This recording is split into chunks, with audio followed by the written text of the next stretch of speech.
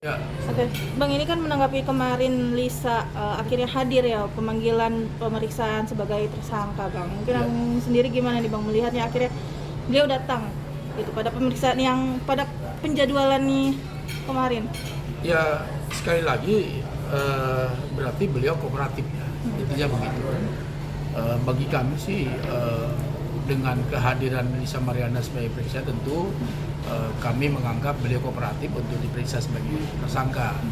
Ya tentu ke depan ya kita serahkan kepada Barreskrim Mabes Polri untuk menindaklanjutinya. Kira-kira begitu. Bang, tapi kan dia sebagai tersangka nih dipanggil, cuman kayaknya belum ditahan, Tahan. mungkin seperti apa, Bang?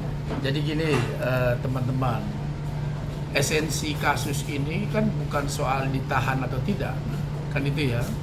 Jadi perlu kami sampaikan bahwa dari pihak Pak Ridwan Kamil tidak mempersoalkan urusan ditahan atau tidak, karena itu adalah kewenangan subjektif dari pihak penyidik Barreskrim, karena memang dalam pasal 21 KUHP itu mengatur bahwa kewenangan untuk menahan itu ada di pihak penyidik dan juga ancaman hukumannya di bawah 5 tahun. Kalau tidak salah ini kan pasal 311 dan pasal 310 yang dimana ancaman hukumannya 4 tahun ke bawah. Nah sekali lagi kami hanya menitik beratkan bahwa kasus ini Lisa Mariana sudah sebagai tersangka dan bukti secara hukum final dan mengikat adalah bukti hasil pemeriksaan tes DNA yang menyatakan Zerlina Azura bukan anak dari biologis dari Ridwan Kamil. Itu esensi dari kasus ini, bukan soal ditahan atau tidak. Soal ditahan atau tidak itu soal bonus, kan begitu, soal bonus. Jadi kembali bagi kami tidak ada masalah. Yang penting kan kasus ini berlanjut kepada proses pemeriksaan selanjutnya nanti di pengadilan. Kira-kira begitu. Meskipun nggak ada wajib lapor juga ya, Bang? Ya tidak ada, kami serahkan kewenangan sepenuhnya kepada Barreskrim. Kenapa? Karena itu kan sudah kewenangan Barreskrim. Bagi kami tidak ada masalah sepanjang sesuai dengan SOP yang sudah dijalankan oleh pihak Barreskrim, ya kita harus naatin itu. Kira-kira begitu. Bang, ini kan juga mungkin banyak masyarakat yang belum tahu ya tentang pasal 310 311 ini, dengan bisa dibilang tuh ancaman di bawah 5 tahun tersebut. 4 tahun. Tetapi 4 tahun tetapi tidak ditahan, Bang. Mungkin ada alasannya tersendiri nggak sih, Bang, mungkin? Ya karena itu memang ketentuan pasal 21 KUHP bahwa setiap ancaman hukuman yang di bawah 4 tahun itu memang tidak ditahan. Nah itu tidak ditahan, kenapa ya? Karena itu ketentuan yang sudah diatur dalam KUHP.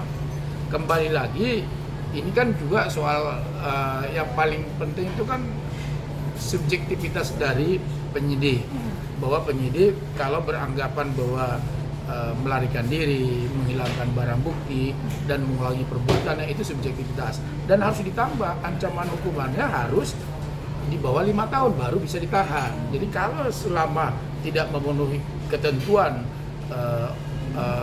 pasal 21 KUHP itu memang nggak ditahan. Jadi bagi kami sih nggak ada masalah itu.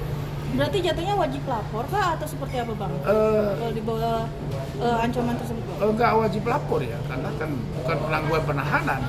Yang pasti kasus ini tetap berjalan sebagaimana mestinya. Nanti kalau sudah memenuhi berkas-berkas kelengkapan semuanya, pasti kalau belum memenuhi berkas-berkas masih ada yang kurang, barangkali pihak penyidik akan memanggil sekali lagi pihak tersangka Lisa Mariana. Kalau sudah lengkap baru dilimpahkan ke Kejaksaan Tinggi Bandung. Nah, kalau pihak penyidik Bandung, Kejaksaan Bandung sudah melihat kelengkapannya ternyata juga sudah lengkap, tidak ada masalah, kemudian akan dilimpahkan ke pengadilan. Jadi itu prosesnya. Jadi nanti ya setelah kewenangan penyidik, nanti Lisa Mariana menjadi kewenangan kejaksaan. Ketika dilimpahkan ke kejaksaan menjadi kewenangan kejaksaan. Demikian juga seterusnya ke pengadilan. Ya nanti pihak pengadilan yang akan melakukan pemeriksaan, melakukan persidangan lah ke depannya, masih lama lah. Bang, kemarin kan ada 44 pertanyaan katanya, dan ada 44 pertanyaan Iya. pas kemarin. Dan itu salah satunya ada hak-hak dari Lisa, tapi ada yang satu yang belum terpenuhi, itu dia belum menerima hasil tes DNA. Ya, jadi gini, yang namanya hasil tes DNA sekali lagi itu kan untuk kepentingan penyidikan yang nanti akan diserahkan oleh penyidik kepada kejaksaan menjadi bukti, kan gitu, menjadi bukti pihak kejaksaan di persidangan. Jadi enggak satu keharusan dan kewajiban bagi pihak kepolisian untuk memberikan hasil itu. Pihak kepolisian hanya menyampaikan, ingat sekali lagi, hanya menyampaikan hasilnya kepada publik dan kepada para pihak, dan kami juga disampaikan hasilnya, tetapi tidak diberikan bukti, artinya surat tersebut, karena itu merupakan kewenangan dari pihak penyidik yang nanti penyidik akan menyerahkan kepada yang masuk dalam berkas ya, dalam penyidikan ke kejaksaan nanti, dan itu nanti akan menjadi pegangan pihak kejaksaan untuk mendakwa Lisa Mariana. Gitu. Bang, dengan adanya bukti tes DNA tersebut yang disebutkan tuh tidak memiliki kecocokan dengan Pak Ridwan, bukti tersebut bisa juga dibawa ke nantinya ke pengadilan negeri Bandung ya Bang? Itu juga bisa menggugurkan juga nggak sih Oh Bang? pasti. Jadi bukti penyampaian hasil itu kan kami jadikan bukti. Ada SP2HP-nya, kemudian SP2HP tersangka. Itu kami sampaikan ke Pengadilan Negeri Bandung yang saat ini sedang berproses di Pengadilan Negeri Bandung. Senin besok itu adalah pemeriksaan tambahan bukti kami, dan kedepannya adalah ahli yang kami ajukan 2 orang. Nah tentu setelah itu kesimpulan baru putus, dan kami optimis dan yakin gugatan Lisa Mariana ditolak karena anggapan kami mereka ini sudah menyerah, gitu loh. Kira-kira begitu. Bang, untuk KFK sendiri ada respon nggak sih terkait pemeriksaan pemanggilan tersangka? Oh nggak ada. Beliau kan tidak selalu merespon ya terkait dengan pemanggilan tersangka. Yang pasti beliau hanya mungkin melihat di televisi bahwa Lisa Mariana sudah diperiksa sebagai saksi tersangka sekali lagi. Nah tentu ya kita jalanin aja seperti biasa gitu. Toh ini juga akan berproses ke pengadilan nantinya. Tapi nggak ada rasa kecewa nggak sih kan? Oh enggak ada. Kan kembali lagi esensinya kan bukan soal ditahan atau tidak, kan gitu dah. Tapi soal kembali lagi saya sampaikan tadi, ini persoalan dugaan tindak pencemaran nama baik yang dilakukan beliau itu tidak terbukti dengan ada hasil tes DNA. Jadi ya bagi Pak Ridwan Kamil tidak ada masalah. Gitu. Jadi ditahan atau tidak itu kan soal bonus aja, dalam setiap kasus kan begitu. Ditahan atau tidak kan soal bonus aja gitu. Dan memenuhi ketentuan ya. Kalau tidak memenuhi ketentuan hukum acara pidana ya jangan dipaksakan juga gitu.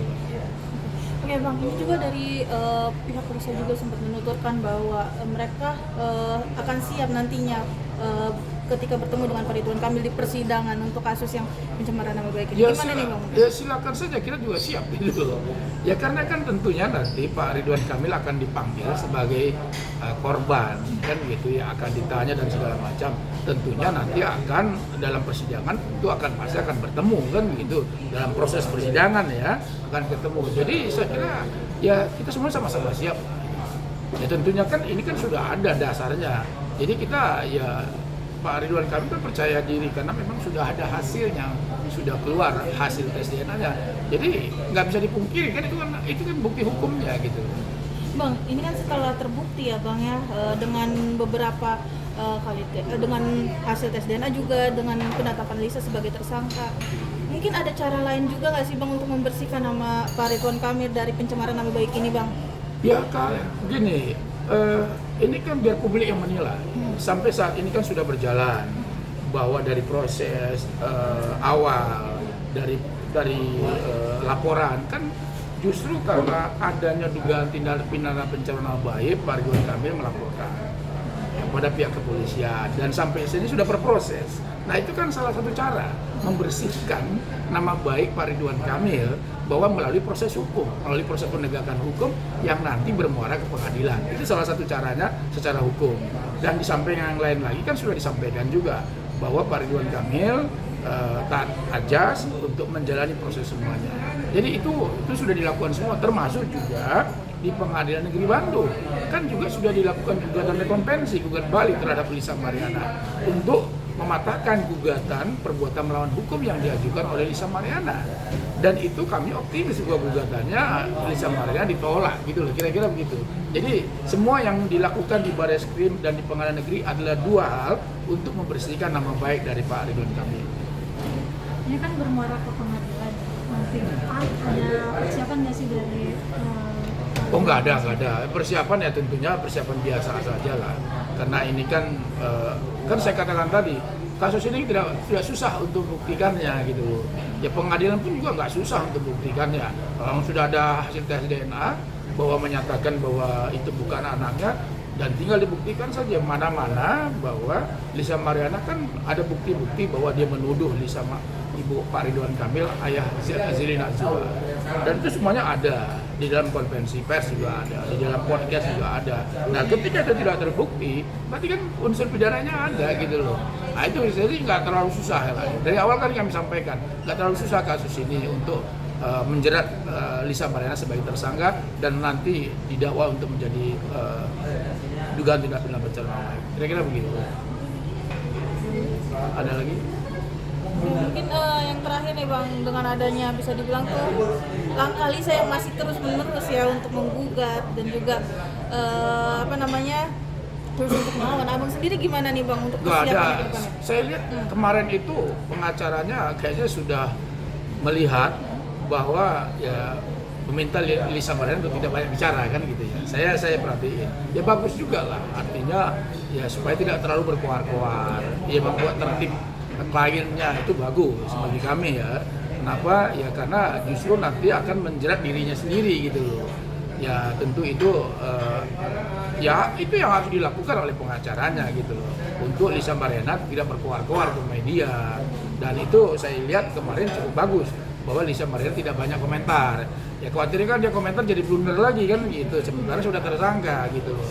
Jadi sekali lagi ya Lisa Mariana harus menaati proses hukum, tidak lagi membuat sesuatu yang blunder, tidak lagi sesuatu yang merugikan dirinya sendiri. Ya tinggal hadapin aja ke depan kasus ini secara baik. Ya silakan dibuktikan secara hukum sejauh mana dakwaan itu nantinya ke depan itu ya dia bisa berhasil dia patahkan. Ya kalau dia nggak berhasil patahkan berarti dia lanjut ya menjadi terdakwa akhirnya terpidana kan begitu. Kira-kira gitu ya. Berarti agenda selanjutnya nggak ada pemanggilan lagi ya? Ya, kalau soal pemanggilan sebagai tersangka itu domain dari pihak penyidik. Kalau ke depan penyidik masih merasa ada yang diperlukan untuk pemeriksaan ini pasti dipanggil lagi sebagai tersangka. Untuk Pak Ridwan Kamil sendiri? Pak Ridwan Kamil pun kalau misalnya ada yang kurang, menurut penyidik bisa aja dipanggil untuk melengkapi bukti-bukti pelaporan. Berarti untuk proses menuju persidangan, bermuara ke persidangan masih lama ya? Masih lama. Ya kita ini kan prosesnya baru di pengadilan di kepolisian.